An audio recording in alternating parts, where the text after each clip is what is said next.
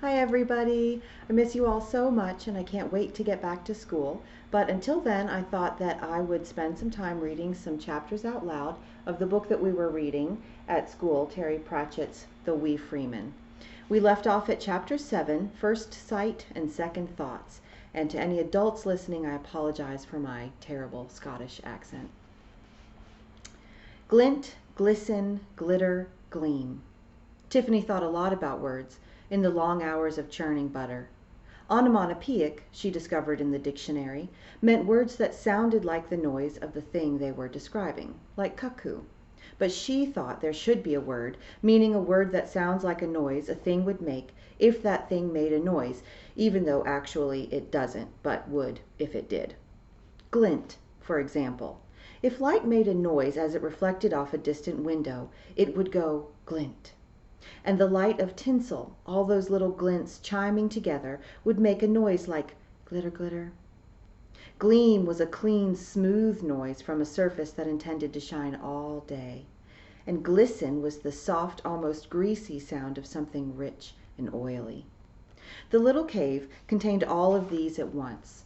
There was only one candle, which smelled of sheep fat, but gold plates and cups gleamed, glistened, glinted, and glittered the light back and forth until the one little flame filled the air with the light that even smelled expensive. The gold surrounded the bed of the Kelda, who was sitting up against a pile of pillows. She was much, much fatter than the male Pixies. She looked as if she'd been made of round balls of slightly squashy dough, and she was the color of chestnuts. Her eyes were closed as Tiffany slid in, but they flicked open the moment she stopped pulling herself forward. They were the sharpest eyes she'd ever seen, much sharper even than Miss Tick's. "So, you'll be Sarah Aiking's wee girl," said the Kelda. Yes, I, said Tiffany. It wasn't very comfortable lying on her stomach. "And you're the Kelda?"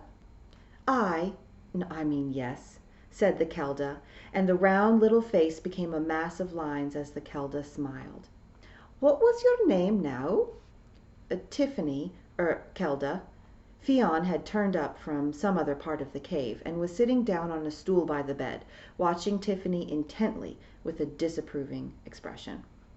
"Oh, it's a good name. In our tongue you'd be Tir Far Toin, land under wave," said the Kelda. It sounded like Tiffin. "I don't think anyone meant to name me." "Ach, what people mean to do and what is done are two very different things," said the Kelda. Her little eyes shone. "Your wee brother is safe, child. Ye could say he's safer where he is now than he's ever been. No mortal ills can touch him.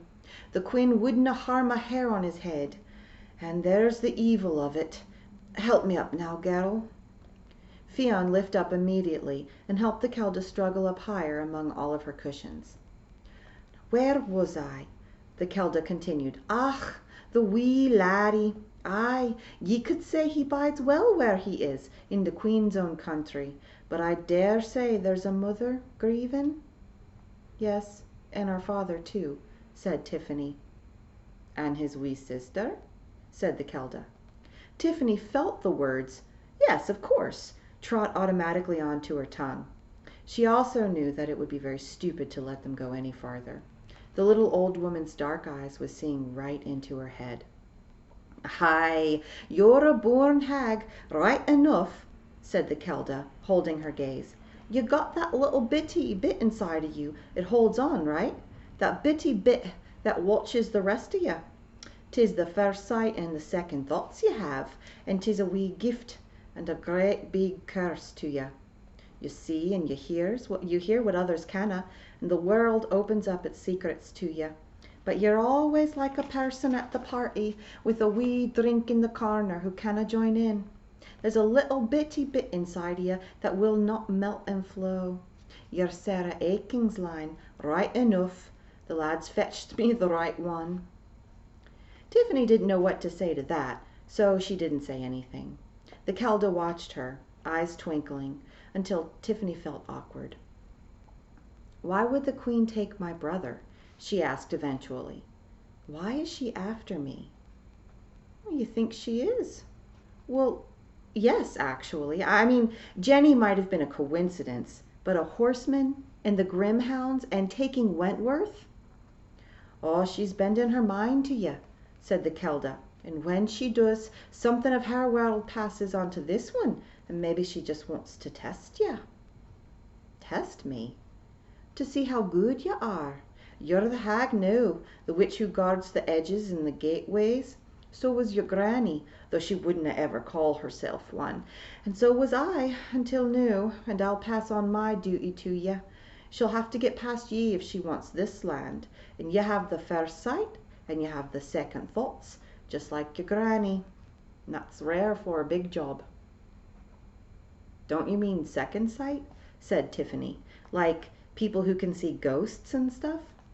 Ah, no, that's typical big job thinking. First sight is when you can see what's really there, not what your head tells you ought to be there. You saw Jenny, you saw the horsemen, you saw them as real thingies. Second sight is a dull sight. It's seeing only what you expect to see. Most big jobs have that. Now you listen to me, 'cause I'm fading now, and there's a lot you dinna ken. You think this is the whole world? That a good thought for sheep and mortals who dinna open their eyes, because in truth there are more worlds than stars in the sky. You understand? They're everywhere, big and small, close as your skin. They're everywhere. Some you can see and some you canna, but there are doors, Tiffin. They might be a hill, or a tree, or a stone, or a turn in the road. They might even be a thought in your own head. But they are there, all around ye. You'll have to learn how to see 'em, 'cause you walk among 'em and you dinna know it. And some of them is poisonous.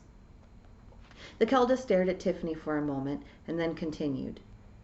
You asked why the Queen should take your boy. Well, the Queen likes children. She has none of her own. She dotes on 'em. She'll give that wee boy everything he wants to. Only what he wants. But he only wants sweets, said Tiffany. Oh, is that so? And did you give 'em to him? Asked the Kelda, as if she was looking right into Tiffany's mind. But what he needs is love and care and teaching and people and saying no to him sometimes to things on his nature. He needs to be growed up strong. He will not get that from the Queen. He will not grow up. He'll get sweeties forever. Tiffany wished the Kelda would stop looking at her like that. But I see he has a sister willing to take any pains to bring him back, said the old woman, taking her eyes away from Tiffany. And what a lucky wee boy he is to be so fortunate. You ken how to be strong, do ya? Yes, I think so. Good. Do you ken how to be weak? Can you bow to the gale and bend to the storm?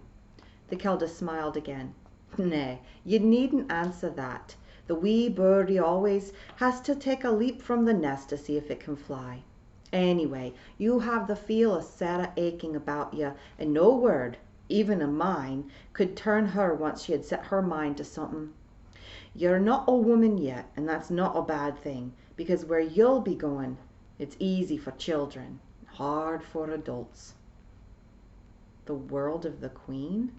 Ventured Tiffany, trying to keep up. Aye, I can feel it now, lying over this one like a fog, as far away as the other side of a mirror. I'm weakening. Tiffin, I cannot defend this place, so here is my bargain. I'll point you toward the Queen, and in return, you take over my Kelda. That surprised Fionn as much as Tiffany. Her head shot up sharply and her mouth opened, but the Kelda had raised one wrinkled hand. When ye are Kelda somewhere, my girl, you'll expect people to do your bidding, so dinna give me that argument. It's my offer, Tiffin, and you won't get any better. But she cannot, said Fionn. Can she not? Said the Kelda. But she's not a pixie, mother. Well, she's a bit on the large side, aye, said the Kelda. Dinna fret, Tiffin.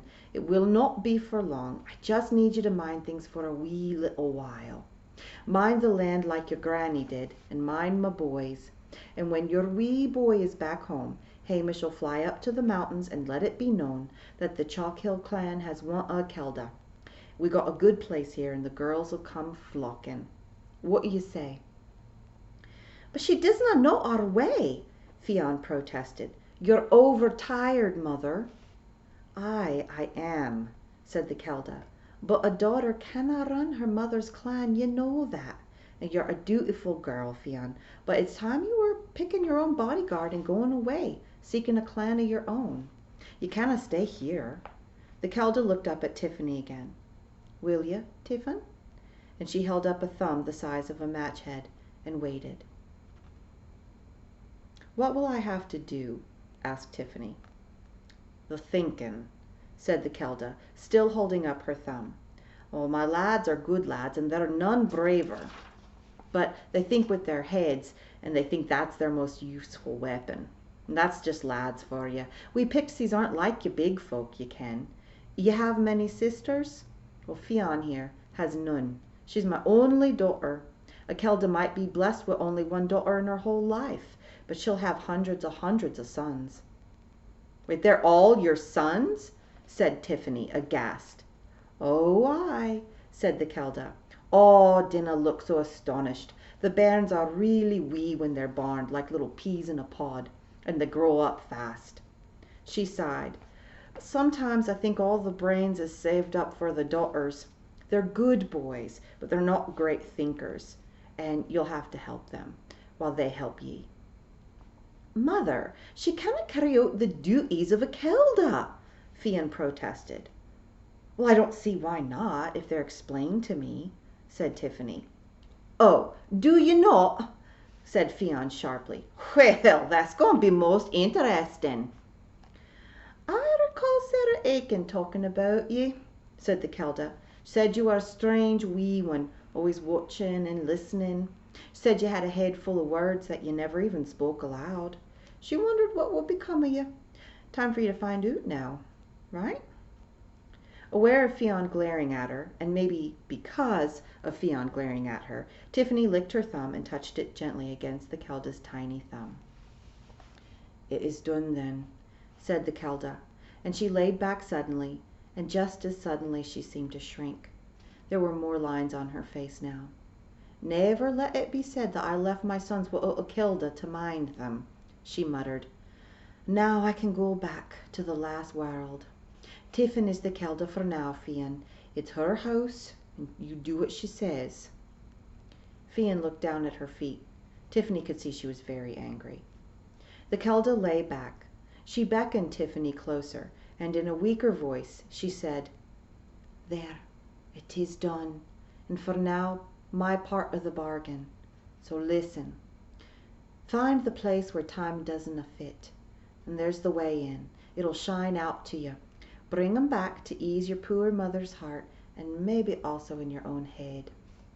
Her voice faltered, and Fionn leaned quickly toward the bed. The Kelda sniffed, and she opened one eye. "Not quite yet," she murmured to Fionn. "Do I smell a wee drop of special sheep liniment on you, Kelda?" Tiffany looked puzzled for a moment, and then said, "Oh, me? Oh, yes, here."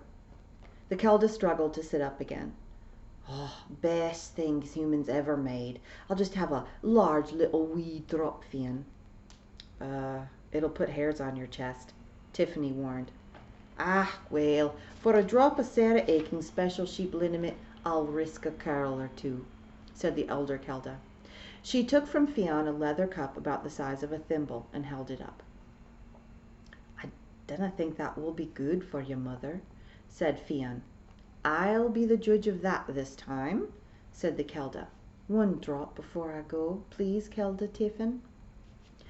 Tiffany tipped the bottle slightly, and the Kelda shook the cup irritably. "It was a larger drop than I had in mind, Kelda. Kelda should have a generous heart." So she took something too small to be a gulp, but too large to be a sip. "Ah, 'tis a long time since I tasted this brose," she said. "Now your granny and I, we used to have a sip or two in front of the fire on cold nights." Tiffany saw it clearly in her head. Granny Aiken and this little fat woman sitting around the pot-bellied stove on the hut on wheels while the sheep grazed underneath of the stars. "Ah, I can see it," said the Kelda. "I can feel your eyes on me. That's the first sight working." She lowered her cup. "Fionn, go and fetch Rob Anybody and William the Gonigal." "Well, the big job is blocking the hole," said Fionn sulkily. "I dare say there's room for you to wiggle past," said the old Kelda in a kind of calm voice that said a stormy voice could follow if people didn't do what they were told. With a smoldering glance at Tiffany, Fionn squeezed past. "You ken anyone who keeps bees?" said the Kelda. When Tiffany nodded, the little old woman went on. "Then you'll know why we dinna have many daughters. Canna have two queens in one hive without a big fight. Fionn must take her pick of them that will follow her and seek a clan that needs a Kelda. That's our way. She thinks there's another way, as gals sometimes do. But be careful of her." Tiffany felt something move past her, and Rob Anybody and the Bard came into the room. There was more rustling and whispering, too. An unofficial audience was gathering outside. When things had settled down a bit, the old Kelda said, "It is a bad thing for a clan to be left without a Kelda to watch over it for even an hour. So, Tiffin will be your Kelda until a new one can be fetched." There was a murmur beside and behind Tiffany. The old Kelda looked at William the Gonigal. "Am I right that this has been done before?" she asked.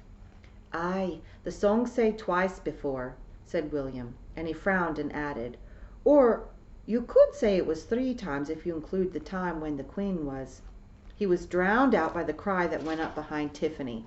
"No queen, nay king, no lord, no master, we will not be fooled again." The old Kelda raised a hand. "Tiffany is the spawn of Granny Aching," she said. "Ye all ken of her." "Aye, and you saw the wee hag stare at the headless horseman with the eyes he hasna got," said Rob Anybody. "Not many people can do that." "And I've been your Kelda for 70 years, and my words canna be gainsaid," said the old Kelda. "So, the choice is made, and I'm telling ye, too, that you'll help her steal back her wee baby brother. That is the fate that I lay on you all in memory of me and Sarah Aching."